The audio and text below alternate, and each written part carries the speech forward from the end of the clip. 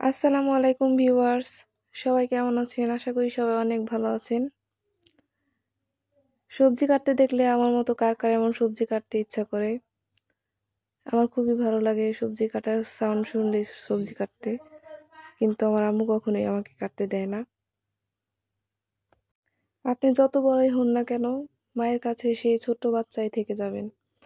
মায়ের ভালোবাসার সাথে কোনো কিছুর তুলনা হয় না। মায়ের সাথে যেভাবে রাগ অভিমান করা যায়, পৃথিবীর কারোর সাথেই সেটা চলে না।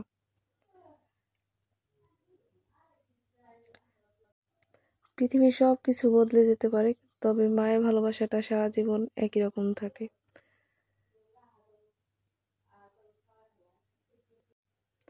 তাই মাকে ভালোবাসুন, মা থাকতে মায়ের যত্ন নিন, মাকে কখনো কষ্ট দিবেন না।